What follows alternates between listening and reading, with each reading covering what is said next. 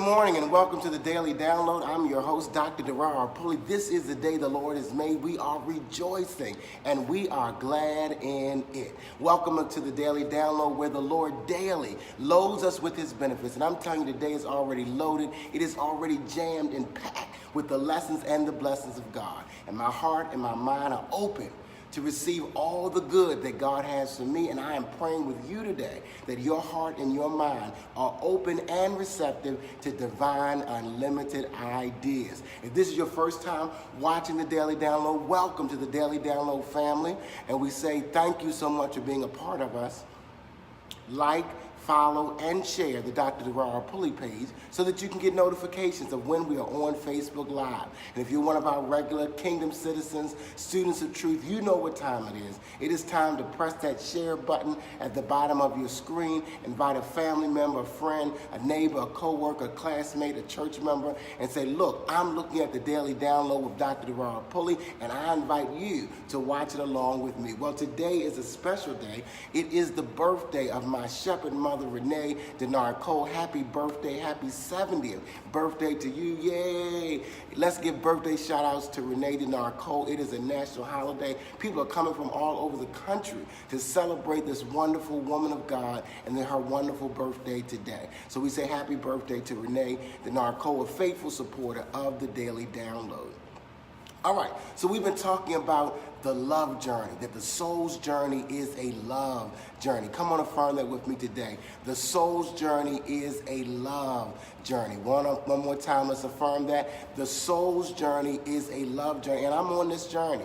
I am in it to win it. I am on this soul's journey, and I'm allowing the love of God, the power of God, the presence and peace of God to manifest in my life, in my world, and in my affairs. Yes, the soul's journey is a love journey. We've been looking at Luke chapter 10, verses 25 through verses 37. Again, that's Luke chapter 10, verses 25 through verses 37. And we've been talking about the young rich ruler, that like a magnet, he was attracted to Jesus, and Jesus was attracted to him, that their paths intersected on this love journey.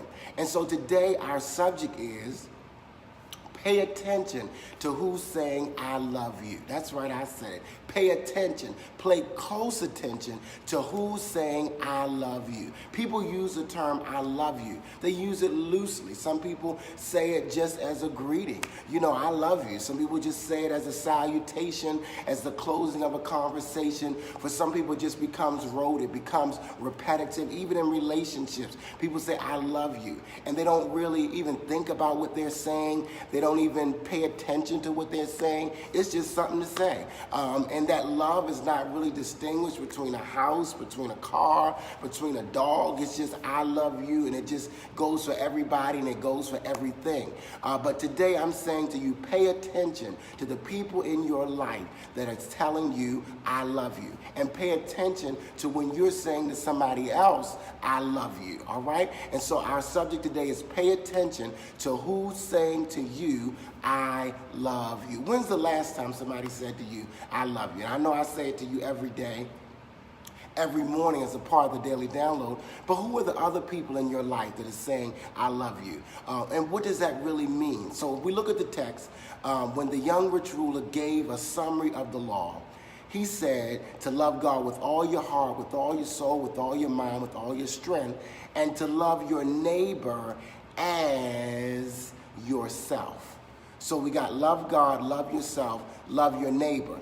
But notice that little word in there, as. Love your neighbor as. 2 letters, powerful word, 2 letters. Love your neighbor as yourself. So that means that there's a comparison between self-love and the love that we're able to give to other people. And y'all pray with me. I've got a cold passing through. And so there's a comparison between the love that you have for yourself and the love that you're able to give to other people. Because he said, love your neighbor as yourself. All right? So that means that we've got to pay attention to who's loving us as their neighbor, because it says love your neighbor as yourself. And I believe that if we get this concept today and really understand it and really pay attention to it, we'll be less hurt, we'll be less frustrated, we'll be less disappointed in the people who tell us that they love us. All right? So pulley point number one, and this is the truth. If a person does not love him or herself, they cannot love you.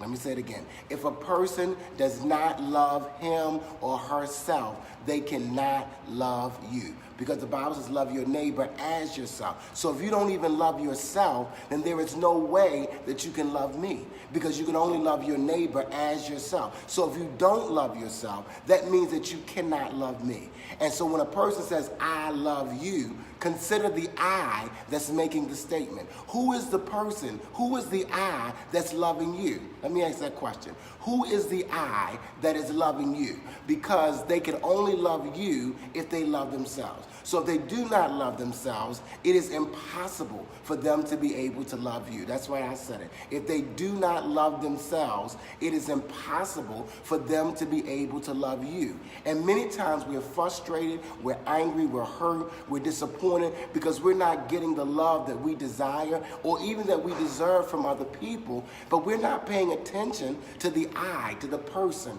to the person that's saying, I love you. Because that I sets the tone for loving you. If they do not love themselves, they cannot love you. So when they say, I love you, look at the I and say, how is he loving himself? How is she loving herself? If he doesn't love himself, and we talked about what self-love is self-knowledge, self-acceptance, and self-care. So if they don't know themselves, if they don't accept themselves, and if they don't care for themselves, then they're not going to be able to know you, they're not going to be able to accept you, and they're not going to be able to care for you, because self-love is where the ability to love somebody else comes from, all right? So pulley point number one, if they do not love themselves, they cannot love you. So stop expecting it, stop looking for it, stop being frustrated that they're not giving it to you, that the I is the only thing or the only person that can love you. So consider the I, the person that's saying, love you, all right? Pulley point number two. A person can only love you if they love themselves. So just as it is that they cannot love you if they do not love themselves, they can only love you if they love themselves. And so therefore, look at their lives. Many times that we're so hungry, we're so needy, we're so desperate to be loved, we're so desperate to hear somebody say, I love you, or to give us the appearance of love or the feeling of love, that we're not looking at the person. We're just looking at what we need, what we feel, what we desire, and we're not looking at the person that's saying, I love you. And so a person can only love you if they love themselves. So that means that when they say they love you, you got to look and see if they're loving themselves. Because even though they may say it, even though they may feel it, even though they may desire to love you, they can only love you if they love themselves. That's right, I said it. If they don't love themselves, they can't love you. And pulley point number two is that they can only love you if they love themselves. So look at go back to our cup and saucer analysis. Remember about the cup and the saucer, that the overflow of the cup is flowing into the saucer. And so that person's life is his or her cup. If their cup is not full of self-love, which is self-knowledge, self-acceptance, and self-care, there is no overflow to be able to love you. If their cup of loving themselves is not full, you're only going to get the overflow. You're only going to get the extra that they have to give. But if they are not loving themselves, they cannot love you. And it's only if their cup is full.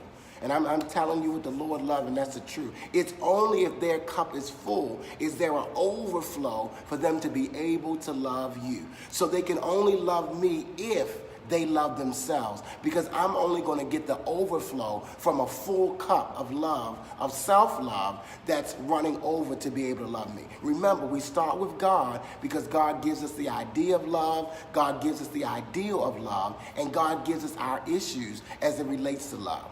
And then we get to loving ourselves, which is self-knowledge, self-acceptance, and self-care, so that we then can love somebody else, which is being supportive, which is sharing what we have, and which is speaking the truth in love. And we're going to do a PowerPoint review on all of this probably Monday. But it's important that you realize this loving God, loving yourself, loving everyone else, and how it works, so that you're not walking around hurt, so that you're not walking around with unrealistic expectations, so that you're not walking around disappointed. You really got to consider the resource that's saying, I love you. All right? So bullet point number 1 is if they don't love themselves, they can't love you. Bullet point number 2.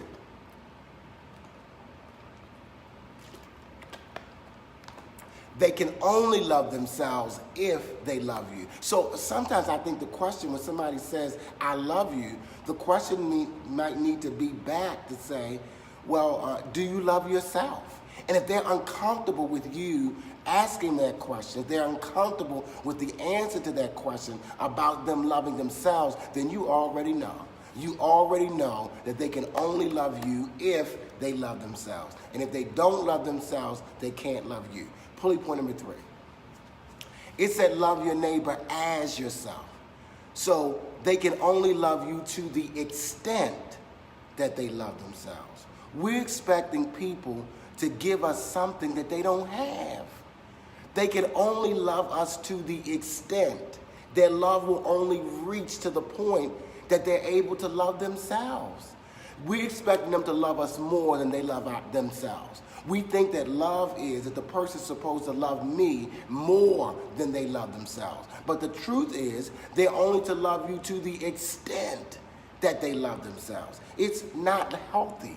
It's not good for you to try to love somebody else more than you love yourself. Love your neighbor as yourself. So the best capacity I can give to love you is to love you as I love myself, which means that some people are able to love you and their capacity to love and your capacity to love is different.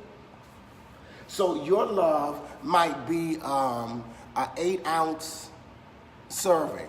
Their love might be a 16-ounce serving or a 20-ounce serving. So their capacity to love, and they may be loving you at full capacity of 6 ounces. And you saying, well, I got 16 ounces. And I feel like there's a discrepancy, like there's a disparity between the love they have that I'm giving them and the love that I'm receiving from them. Well, you don't have the same capacity. They might be at a 6 capacity of love, and you might be at a 16. And so you've got to look at the person and say, what is their capacity to be able to love? Y'all praying with me as this health challenge passes through? That means my throat gets dry. And it's healing. So therefore, you got to look at that person's capacity and know that everybody does not have the same capacity to love. And you think that everybody is supposed to love you the way that you're loving them, and y'all don't even have the same capacity to love. And so you need to look at their lives and pay attention to the person who's saying, I love you, because they can only love you to the extent that they love themselves. All right?